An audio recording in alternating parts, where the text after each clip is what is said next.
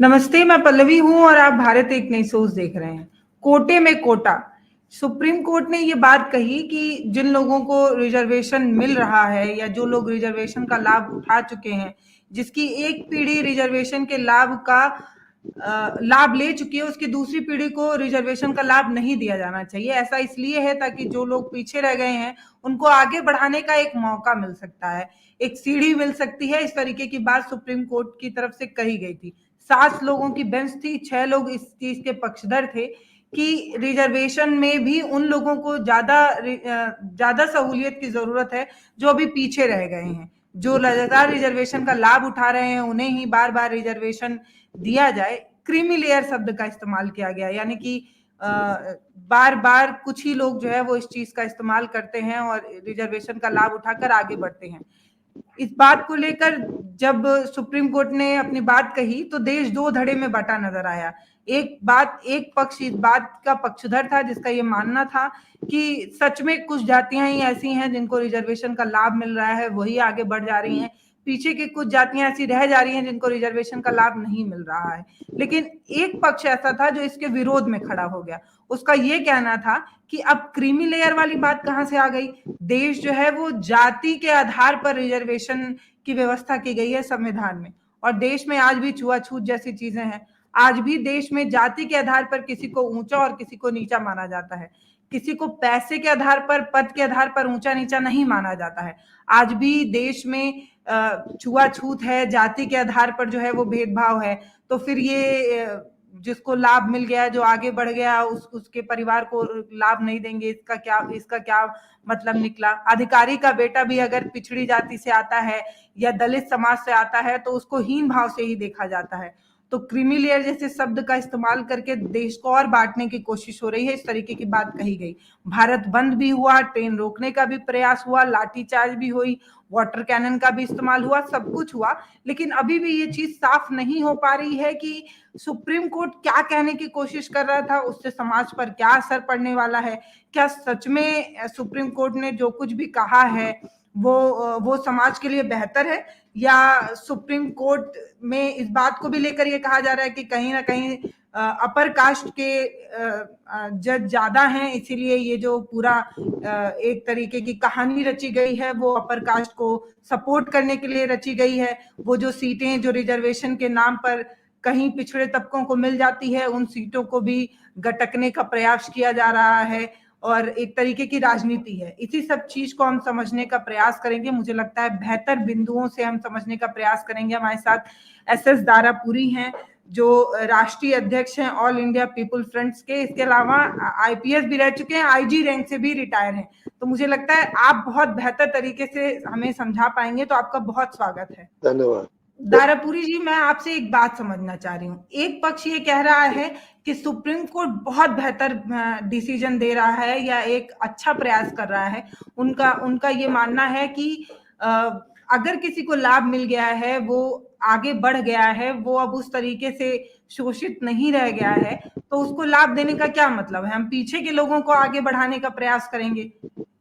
आप कैसे देते हैं सुप्रीम कोर्ट का ये जो पूरा जी? देखिए, ऐसा है, जो सुप्रीम कोर्ट का 1 अगस्त का निर्णय है उसमें 3 चीजें उभर कर आई है।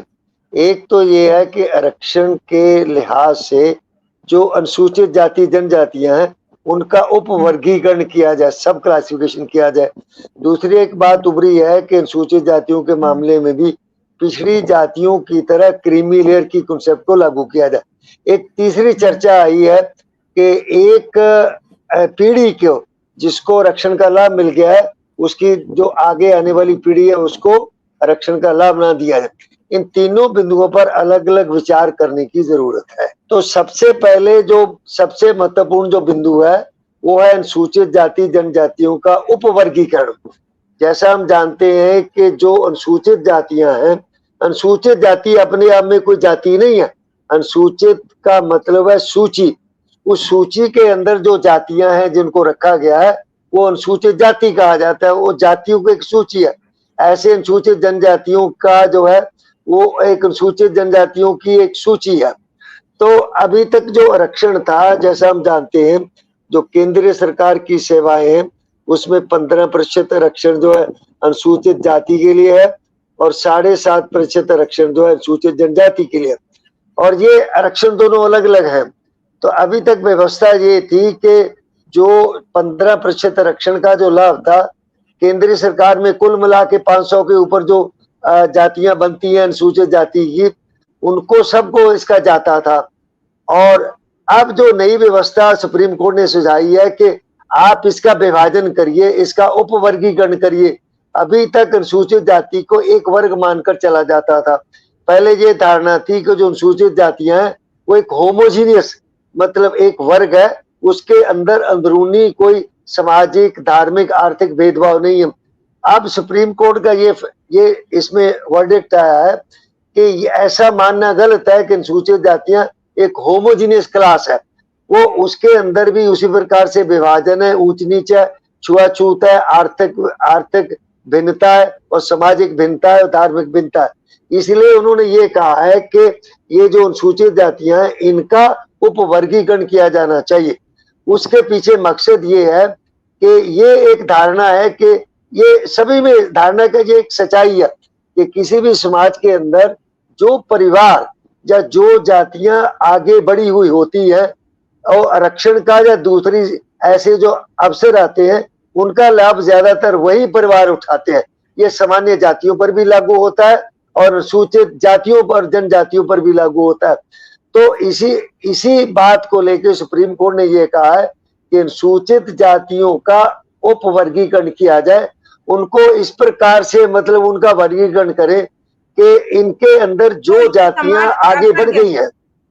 तो इससे समाज पे असर क्या पड़ेगा? बहुत पॉजिटिव असर पड़ेगा या और नेगेटिव, सीटें खाली जाने लगेंगी? क्योंकि सर एक पॉइंट दिया जा रहा है नहीं, वो मैं इसके बाद मैं बताऊंगा। पहले व्यवस्था को समझे, अगर व्यवस्था लागू होती तो क्या होगी। उसमें ये होगा कि अनुसूचित जातियों के अंदर जो जातियां ऐसी हैं जो कि आगे बढ़ गई हैं, जिन्होंने ज्यादा फायदा उठाया है और उन्होंने पर्याप्त आरक्षण का लाभ उठा लिया है, तो उसके कारण क्या हो रहा है, जैसे मैं सामान्य जातियों में कहा कि वहां आगे बढ़े हुए परिवार या जातियां ही अधिकतर उसका लाभ उठाती है और वही परिस्थिति अनुसूचित जातियों के अंदर भी है। तो नई व्यवस्था के अंतर्गत क्या होगा कि ऐसी जातियों को चिन्हित किया जाएगा जो कि पर्याप्त आरक्षण पा चुकी हैं और दूसरों के मुकाबले में आगे बढ़ी है, उनको एक अलग सूची में रखा जाएगा और जो अति पिछड़ी जातियां अनुसूचित जाति की उनको अलग रखा जाएगा। और कुल आरक्षण जो केंद्रीय सरकार की सेवाओं में 15% है, उसको इन जातियों की आबादी के अनुपात में बांट दिया जाएगा। ये इस प्रकार से मतलब दो या तीन अलग श्रेणियां बन जाएंगी और उन्हीं श्रेणियों के अंदर अब उनकी आबादी के अनुपात में उपलब्ध आरक्षण को बांट दिया। इसका प्रभाव क्या होगा? इसका प्रभाव ये होगा कि जैसे देखिए ए श्रेणी है, एक बी श्रेणी है। अब ए श्रेणी के अंदर जो जातियां उनकी जितनी आबादी है उनकी आबादी के अनुपात में उनको आरक्षण जो है वो अलग हो जाएगा और अति पिछड़ी जातियां जो उनका अलग हो जाएगा। जब आरक्षण लागू होगा तो ए श्रेणी वाली जो जातियां हैं वो जातियां केवल उस प्रतिशत के अंदर आरक्षण का लाभ पाएंगी और जो अति पिछड़ी जातियां वो उसमें पाए। उससे क्या होगा कि जो ए श्रेणी वाले हैं वो बी श्रेणी का हक जो है वो नहीं ले पाएंगे, उनका लाभ नहीं ले पाएंगे और बी श्रेणी वालों को उनको जो आरक्षण दिया गया है वो आरक्षण उनको मिलेगा और उनको भी नौकरियों में अवसर मिलेगा।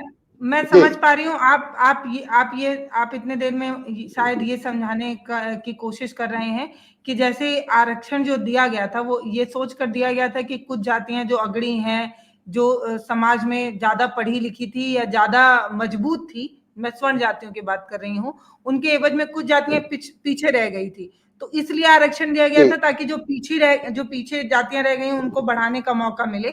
ऐसा ही अब हो रहा है। अब जो रिजर्वेशन कोटा कुछ जातियों को मिला हुआ है, उन जातियों में से भी कुछ ऐसी जातियां हैं जो उस आरक्षण का ज्यादा लाभ लेकर आगे बढ़ रही हैं और इसकी वजह से कुछ जातियां अभी भी पीछे रह जा रही हैं। तो सुप्रीम कोर्ट ये कहने की कोशिश कर रही है कि हम जो है इसमें सब जातियां बनाएंगे, उपवर्गीकरण करेंगे और जो ज्यादा आगे बढ़ गई जातियां उनको अलग कैटेगरी में रखेंगे और जो पीछे रह गई उनको अलग रखेंगे। लेकिन इसको लेकर एक सवाल लगातार सोशल मीडिया पर टहलता नजर आ रहा है। उसमें ये कहा जा रहा है कि देश में आरक्षण का प्रतिशत बहुत कम है और ज्यादातर हम जब गांव की तरफ बढ़कर देखते हैं तो हम देखते हैं कि जो परिवार गरीबी में है उनके बच्चे हाई स्कूल इंटर भी नहीं पढ़ पाते हैं। मतलब 10वीं तक पढ़ाई करने के बाद बच्चा बाहर पढ़ने चला जा रहा है, पंजाब, हरियाणा, राजस्थान, आंध्र प्रदेश जैसे जगहों पर मजदूरी करने चला जा रहा है। तो उसके पास जी इतना तो एजुकेशन ही नहीं है कि वो कम्पिटिट कर पाए किसी सरकारी नौकरी के लिए, ना तो वो अधिकारी बनने के लिए पेपर में उस काबिल है, उसके पास साक्षरता दर उतनी नहीं है। तो अगर वो कम्पिटिट नहीं कर पाएगा, वो लड़ नहीं पाएगा, सीटें रह जाएंगी खाली।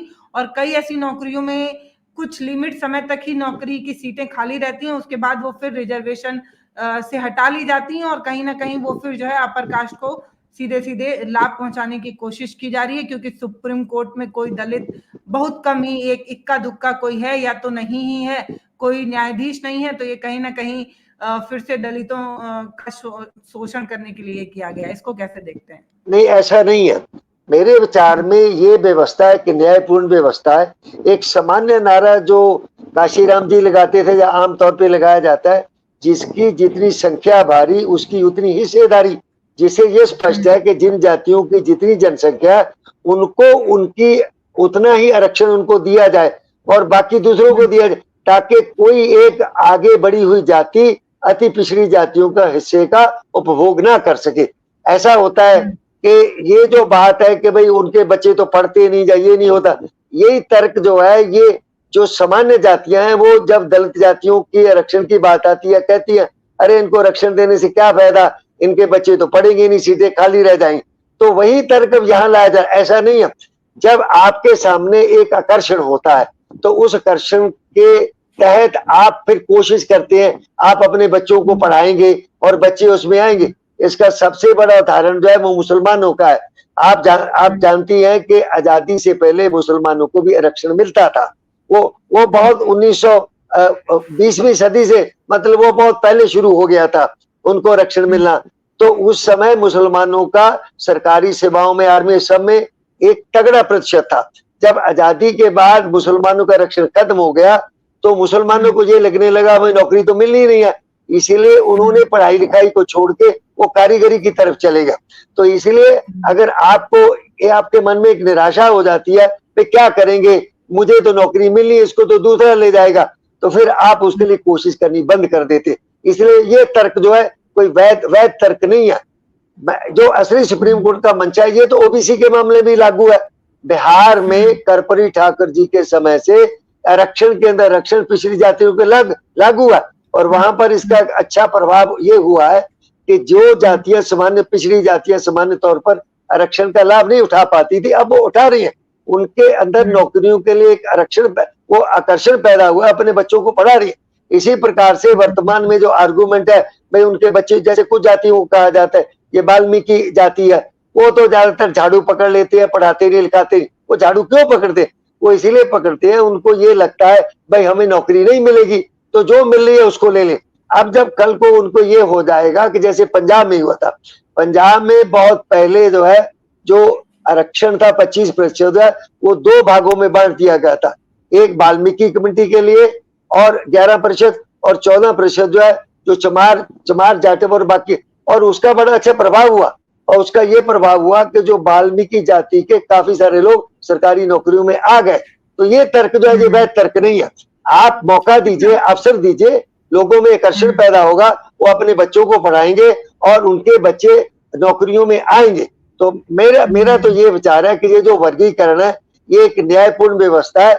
इसका परीक्षण या इसका प्रयोग बिहार में बहुत सालों से हो चुका है और जिसके बहुत अच्छे जो है वो परिणाम आए। अगर ये हो जाएगा तो जो दलितों की जो अति पिछड़ी जातियां हैं वो भी आरक्षण का लाभ उठा सकेगी, जो कि इस समय नहीं, ज्यादातर नहीं उठा पाती, क्योंकि जो इनके अंदर जो एडवांस जातियां हैं, हाँ वो ऐसा नहीं, ऐसी नहीं कोई लड़ाई नहीं है, नहीं मतलब उसमें कोई लड़ाई की बात नहीं है। नहीं, जैसे आरक्षण इसलिए दिया गया था क्योंकि मतलब कुछ जातियां जो अगड़ी जातियां थी उनके पास ज्यादा एजुकेशन था, ज्यादा चीजें थी, ज्यादा जी सुविधाएं थी, जी तो जी आरक्षण देकर उनको जी सपोर्ट दिया गया था। लेकिन उस सपोर्ट जी में भी कुछ लोग उसका लाभ उठा पा रहे हैं, तो अगर उनमें भी सब टाइटल बना दिया जाए तो उनको होप मिलेगी, जी आस मिलेगी, और मुझे लगता है लड़ने, आपके हिसाब से लड़ने का एक मौका मिलेगा, तो वो और पढ़ाई करके लड़ाई लड़ेंगे। लेकिन इस चीज को लोग ऐसे भी देखते हैं कि सरकार को पहले कम से कम हाई स्कूल या इंटर तक शिक्षा जो है वो मैंडेटरी कर देनी चाहिए। ग्रेजुएशन तो कर ही देते कम से कम, एजुकेशन के लिए तो आपने कुछ काम ही नहीं किया। जंगली इलाकों में आपने पढ़ाई के लिए कौन सी स्कीम चला दी, आपने उस काबिल युवाओं को बनाया नहीं, और अब आप कह रहे हैं कि हम पुश करेंगे, हम आगे बढ़ाएंगे, इसका क्या मतलब निकलता है? ये तो मतलब दोनों अलग अलग बातें हैं ना। मतलब आपने एजुकेशन के लिए क्या किया है फिर? नहीं, देखिए ऐसा है, ये तो एक बहुत लंबी प्रोसेस है, इसको तो बहुत लंबा समय लगेगा जब सभी जातियों से सभी वर्गों के लोग एक वांछित स्तर तक की शिक्षा पा पाए। पर इन द मीन टाइम आप छोड़ नहीं सकते, अगर आप छोड़ देंगे वो और पिछड़ जाएंगे। इसीलिए जो वर्तमान में आरक्षण व्यवस्था है उसके अंदर ऐसी व्यवस्था हो कि सभी जातियों को, सभी वर्गों को उसका लाभ पहुंचे।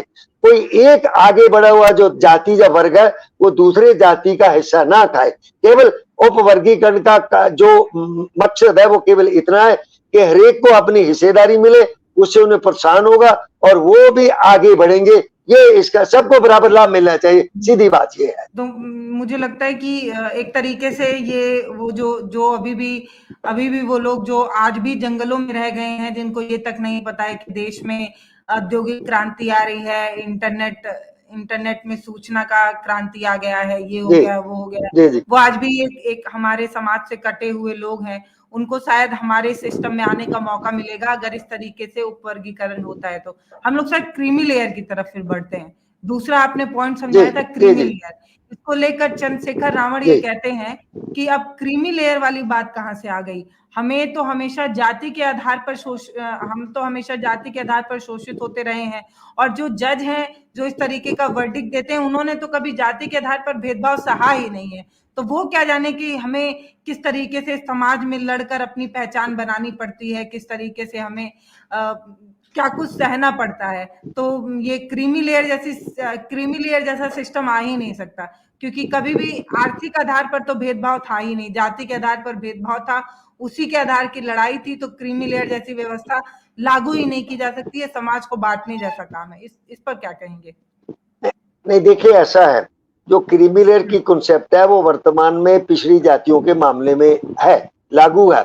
उसमें ये है कि इनके अंदर, इन जातियों के अंदर जो लोग एक वांछित स्तर तक पहुंच चुके हैं, चाहे वो आर्थिक है, चाहे वो उनका राजनीतिक है या उनका प्रशासनिक है, जो उस लेवल पर आ चुके हैं और जो उस पर सामान्य जातियों के साथ कंपीट कर सकते हैं, प्रतियोगिता कर सकते हैं, उनको फिलहाल इसके रक्षण के लाभ से हटा दिया जाए, ताकि जो नीचे वाले तबके हैं, जो कि पिछड़े हुए हैं, उनके बच्चों को उसका लाभ उठाने का मौका मिले।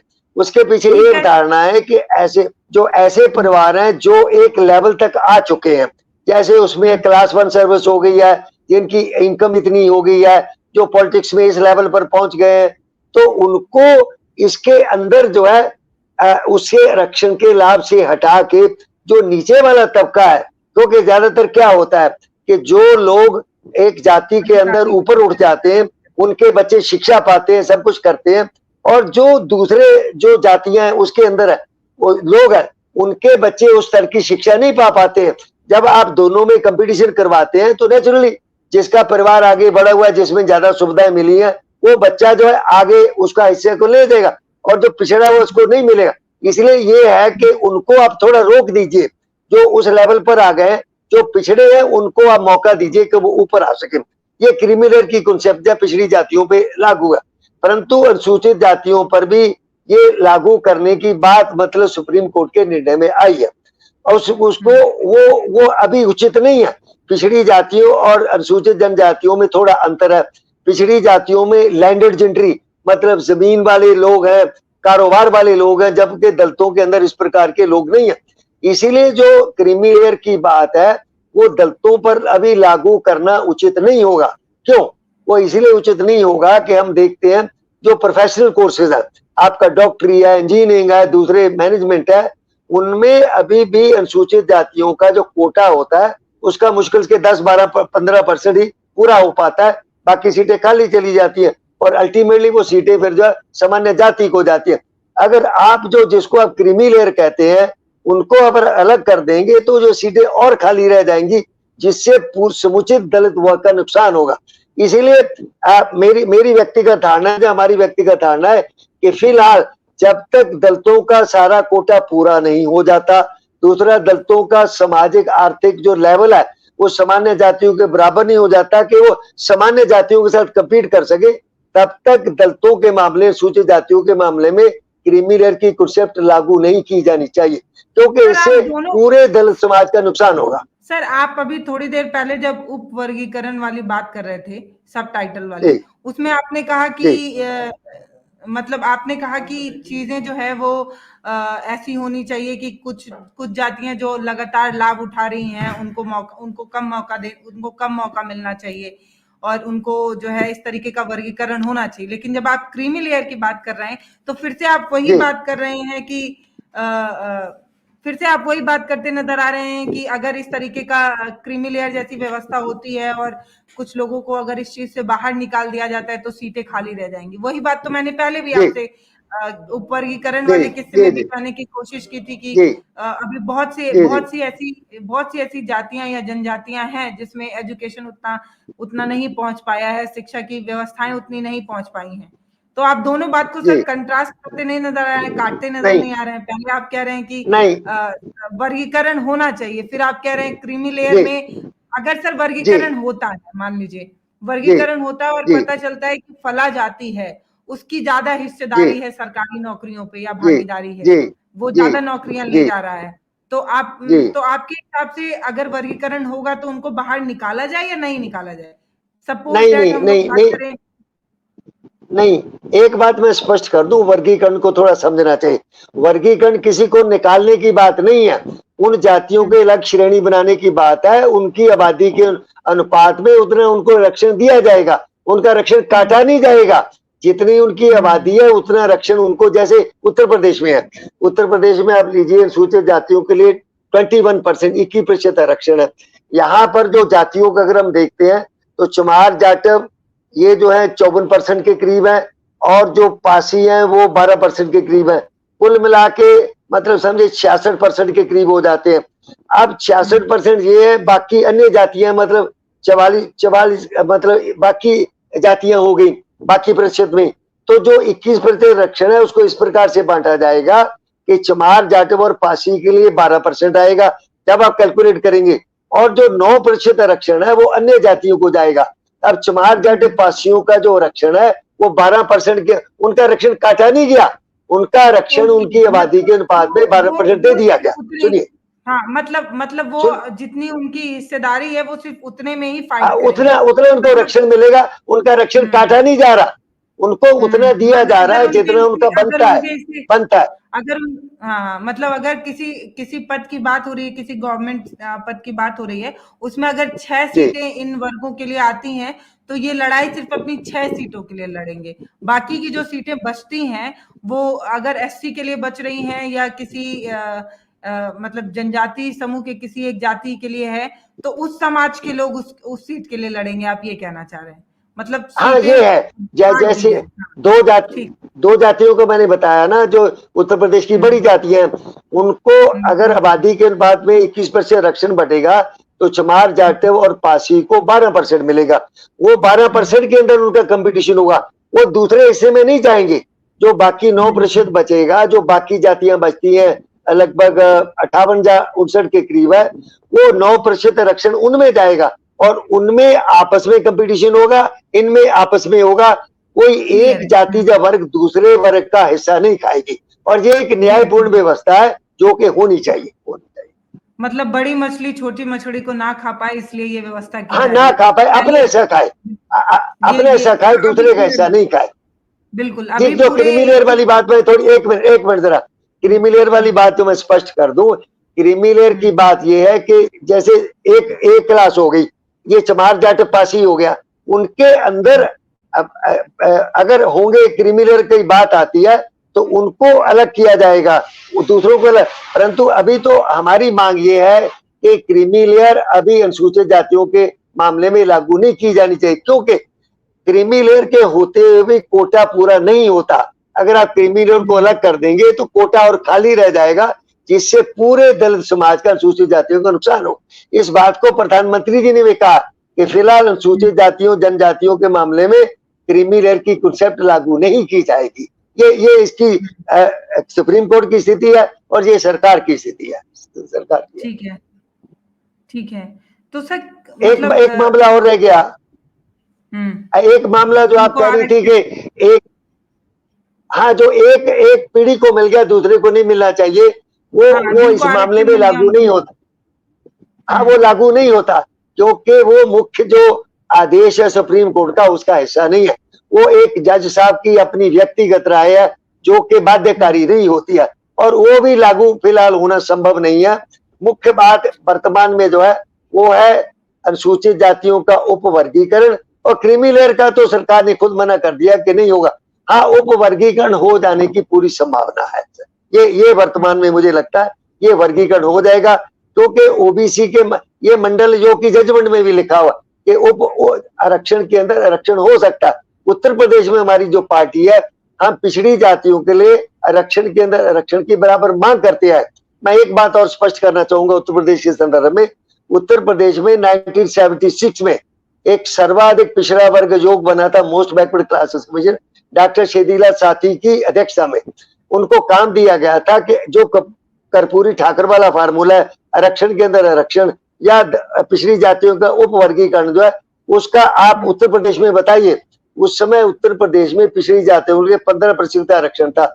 जो सर्वाधिक पिछड़ा वर्ग योग की रिपोर्ट मेरे पास है, उनका ये निष्कर्ष था कि जो 15% आरक्षण है, आप पिछड़ी जातियों को 3 वर्गों में बांटिए। एक तो था पिछड़े वर्गों में अगड़ी जातियां, फिर उसके बाद हिंदू अति पिछड़ी जातियां, फिर तीसरा मुस्लिम अति पिछड़ी जातियां, और 15% के आरक्षण को आप इन तीनों जो श्रेणियां बनी है उनकी आबादी के अनुपात में बांट दीजिए। परंतु उस समय वो लागू नहीं हुआ था। सुप्रीम तो मंडल योग की जजमेंट में यह है कि इस प्रकार का वर्गीकरण किया जा सकता है। और दूसरी बात यह है, इस वर्गीकरण की मांग दलितों के अंदर जो छोटी उपजातियां हैं वो काफी समय से करती आई है। उन्होंने भी सुप्रीम कोर्ट में जनहित याचिकाएं दायर की थी, और वो सबका जो उस पर विचारण जो है वो सुप्रीम कोर्ट में किया गया। विचारण करने के बाद सुप्रीम कोर्ट ने उपवर्गीकरण का फैसला दिया, और क्रीमी लेयर की बात आई है। और तीसरा वो जो है एक परिवार को, एक पीढ़ी को एक बार दिया जाए, ये बात। परंतु मुख्य बात जो अब जहां तक मेरा कैलकुलेशन है जो लागू होगी वो उपवर्गीकरण होगा।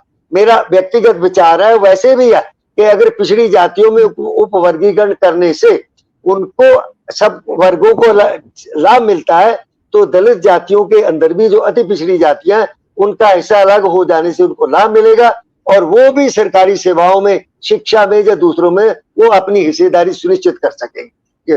मेरा ये कहना है। जी जी जी।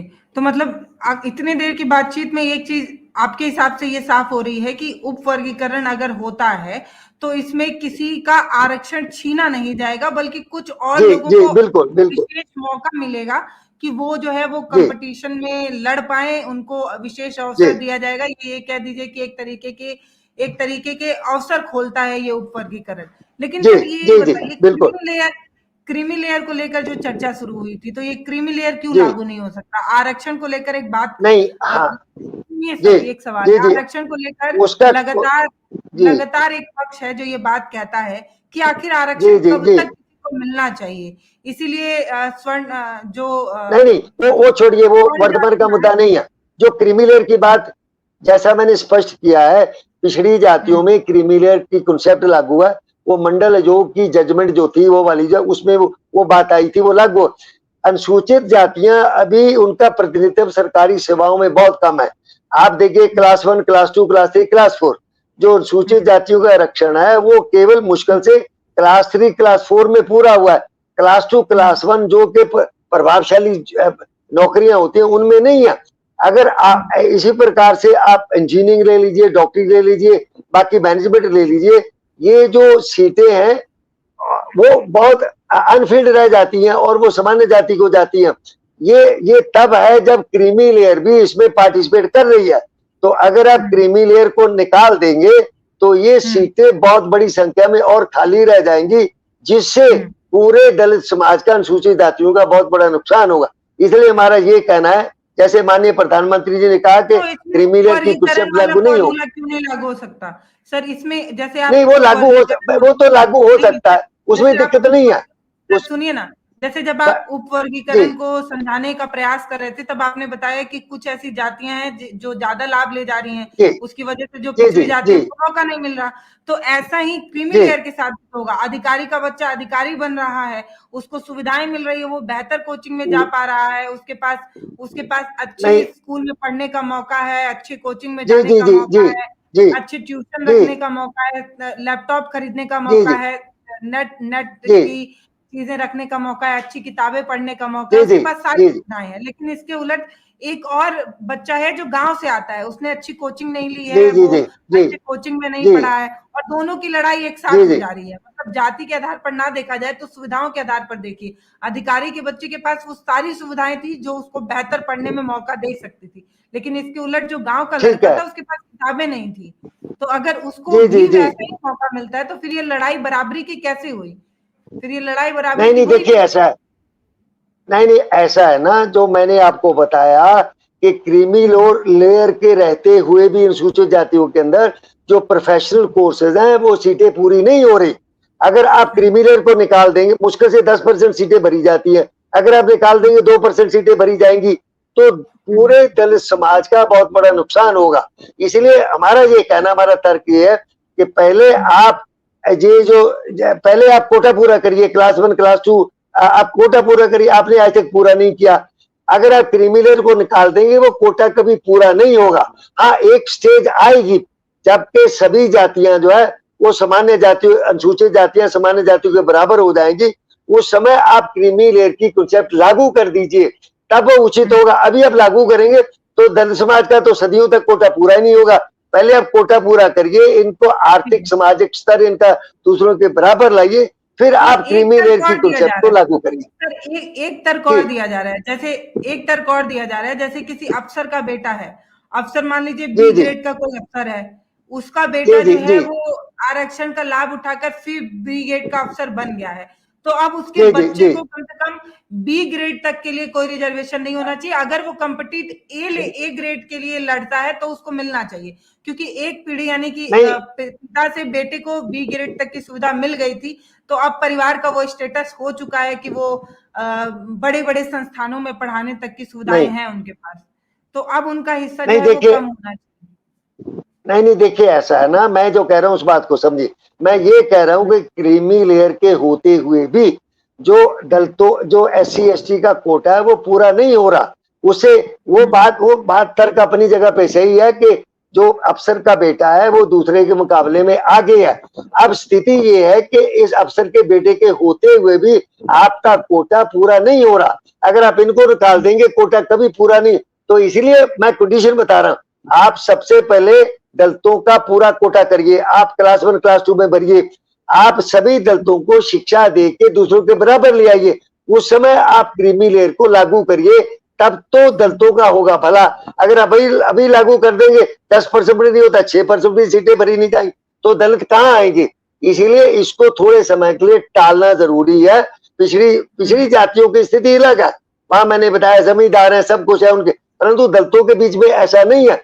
इसीलिए प्रधानमंत्री जी ने खुद कहा है कि फिलहाल फॉर द टाइम बीइंग ये क्रीमी लेयर की कॉन्सेप्ट लागू नहीं की जाएगी, क्योंकि अभी हम उस लेवल तक नहीं पहुंचे कि क्रीमी लेयर को हटाने के बाद हम कोटा पूरा कर पाएंगे। इसलिए फिलहाल क्रीमी लेयर का बना रहना जरूरी है। उससे जो निचली जाति है उनका वैसा उतना नुकसान नहीं हो रहा, थोड़ा बहुत तो जरूर है, मैं मानता हूं, परंतु जब आप इनको निकाल देंगे पूरे दलित वर्ग का बहुत बड़ा नुकसान होगा, सारी सीटें खाली होंगी और वो सामान्य जाति को चली जाएगी।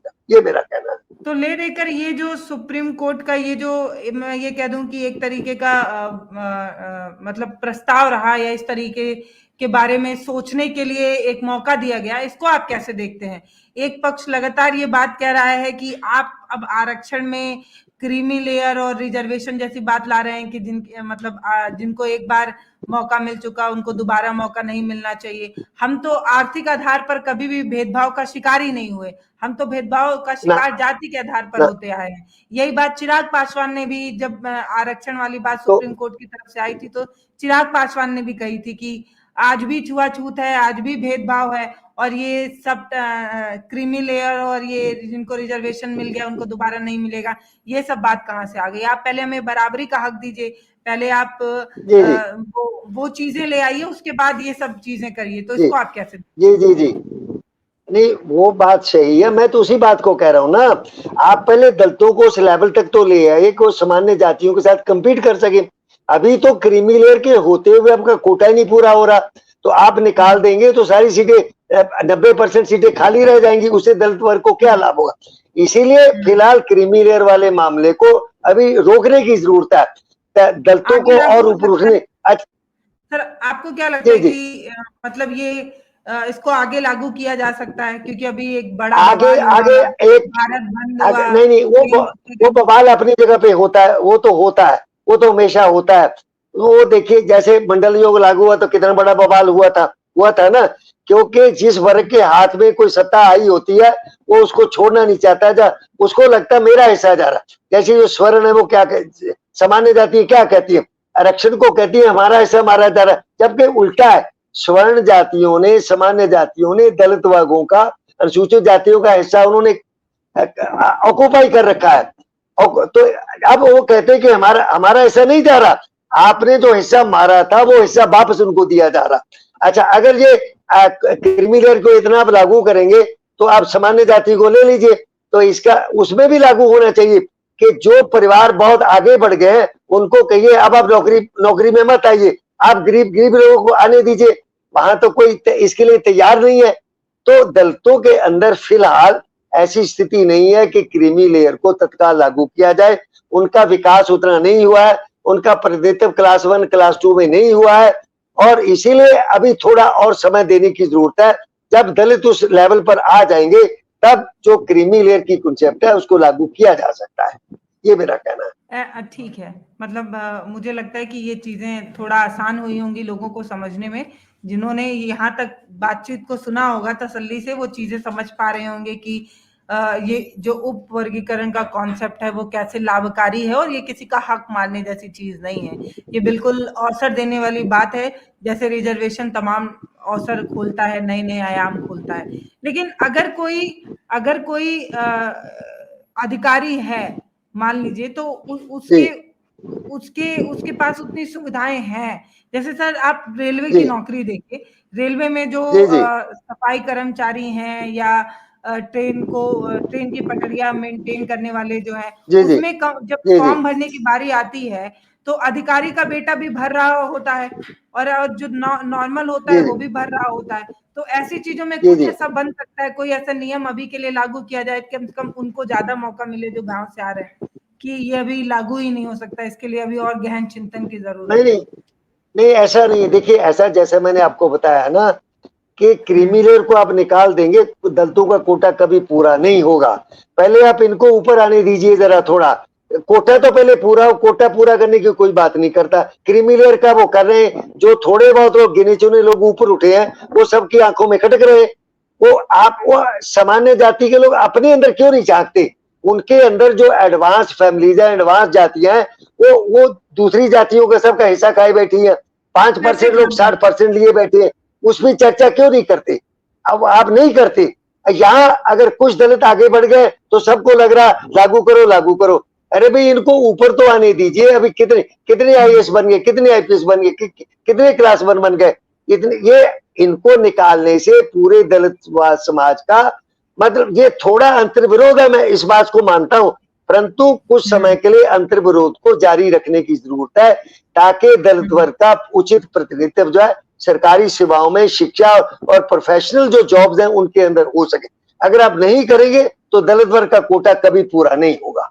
बहुत धन्यवाद सर, आप हमारे साथ जुड़े। मुझे लगता है कि आपने जिस तरीके से आसान भाषा में समझाने का प्रयास किया, उससे बहुत सारी चीजें क्लियर हो गई, और मुझे लग रहा है कि जो लगातार लोग समझ नहीं पा रहे थे, लगातार अंतर्विरोध की चीजें दिख रही थी, कुछ कुछ जो है वो भारत बंद जैसी चीजों पर लोग समझ नहीं पा रहे थे कि ये सही है या गलत है, ये हो क्या रहा है, लोगों को समझ नहीं आ रहा था। तो मुझे लगता है कि ये बातचीत, ये डिस्कशन एक बेहतर समझाने का प्रयास कर पाया होगा, शायद लोग कुछ समझ पाए होंगे।